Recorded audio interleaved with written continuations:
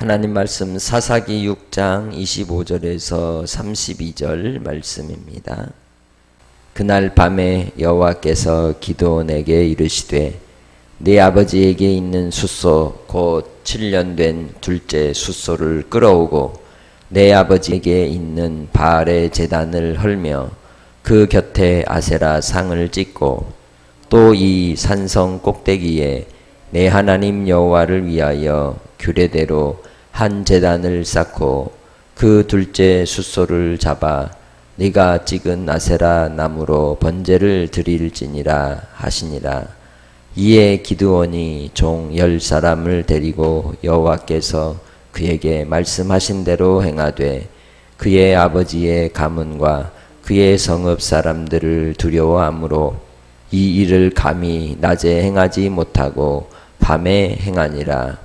그 성읍 사람들이 아침에 일찍이 일어나 본즉 바알의 제단이 파괴되었으며 그 곁에 아세라가 찍혔고 새로 쌓은 제단 위에 그 둘째 숫소를 드렸는지라. 서로 물어 이르되 이것이 누구의 소행인가 하고 그들이 캐어 물은 후에 이르되 요아스의 아들 기드온이 이를 행하였도다 하고 성읍 사람들이 요아스에게 이르되 네 아들을 끌어내라. 그는 당연히 죽을지니 이는 바알의 제단을 파괴하고 그 곁에 아세라를 찍었음이니라 하니 요아스가 자기를 둘러선 모든 자에게 이르되 너희가 바알을 위하여 다투느냐? 너희가 바알을 구원하겠느냐? 그를 위하여 다투는 자는 아침까지 죽임을 당하리라.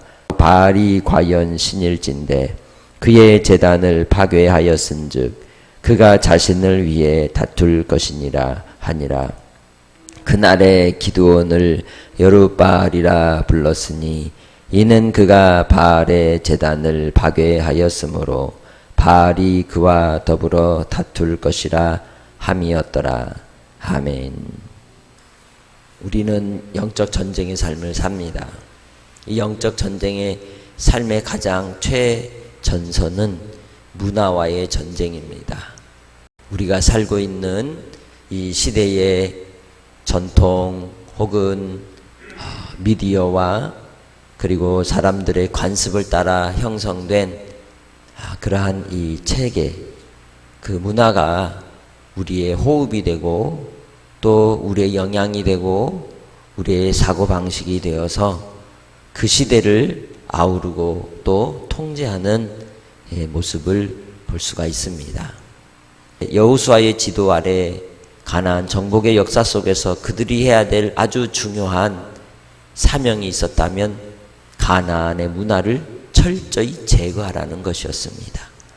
가나안 문화의 그 근간을 이루는 사상은 바알 사상이었죠. 바알과 아세라를 통하여 농경 문화 속에 자리 잡고 있는 우상과 하나님을 대적하여 높아진 음란함이 그 시대에 죄악이 관영하게 되므로 하나님이 이스라엘 백성들을 때가 되어 이 애굽에서 이끌어내어서 심판의 도구로 사용하신 겁니다. 그래서 그 나라를 빼앗아 이스라엘 백성들에게 주었던 것입니다. 그래서 그들을 통하여 하나님께서 분명히 경고하여 주셨던 것이 그 나라의 문화와 함께 하지 말고 그 나라의 문화를 배우지 말고 그 나라의 습관과 전통에 마음을 빼앗기지 말고 하나님의 택한 백성으로서 하나님만을 섬길 것을 그들에게 경고하셨습니다.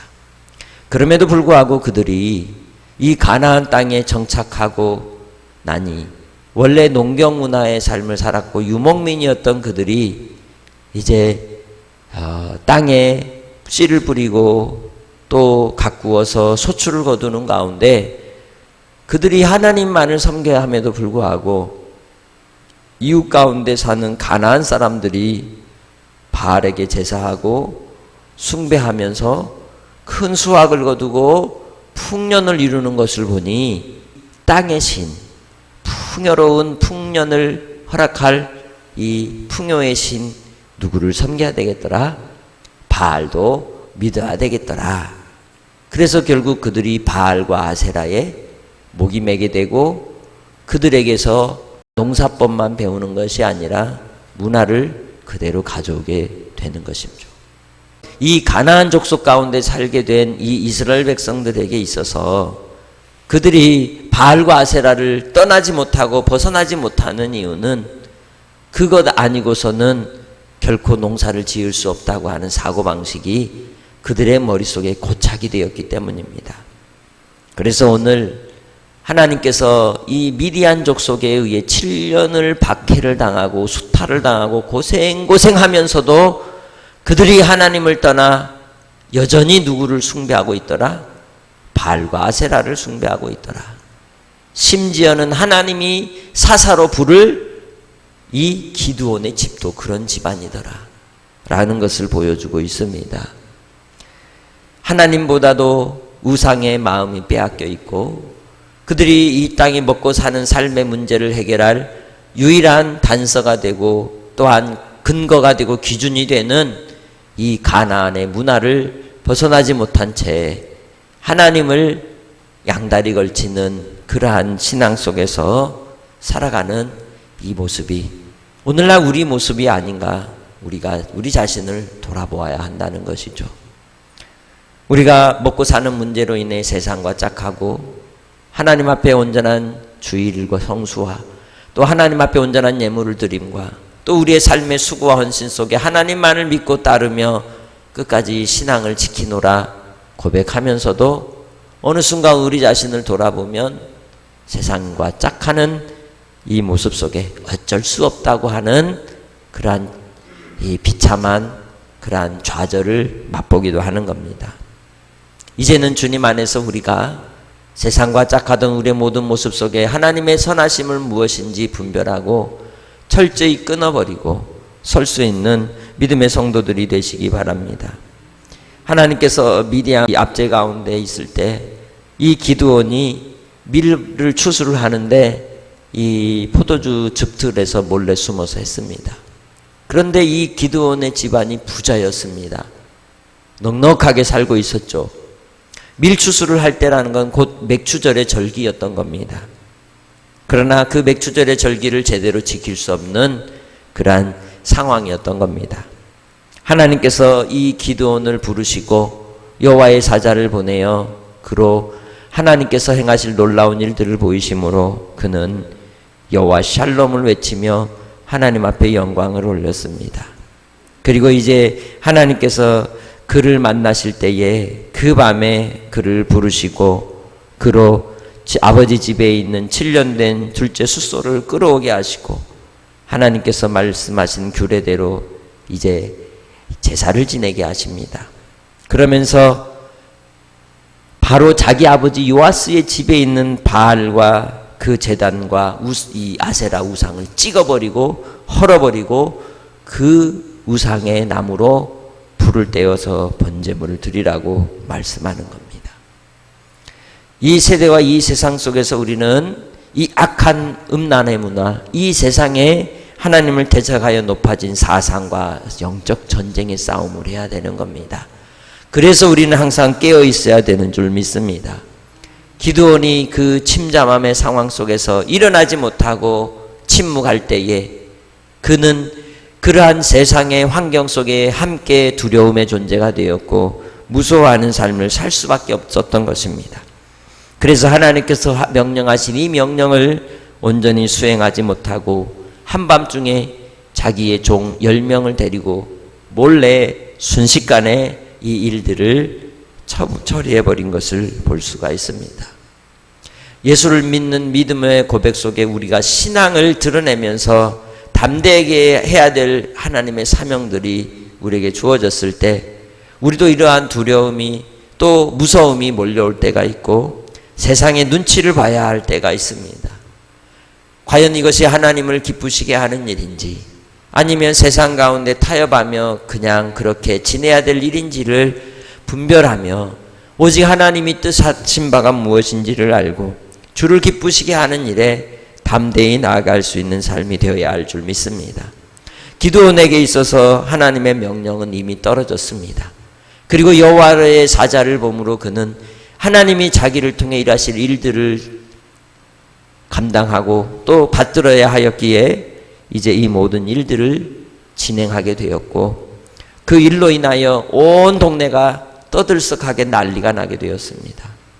그들이 그렇게도 숭배하는 농경의 신 바알신을 부숴버리고 제단을 헐어버리고 그리고 아세라 목상까지 부숴버렸으니 그 저주가 그 동네에 임할까 해코지할까봐 두려워하고 무서워했던 것이죠.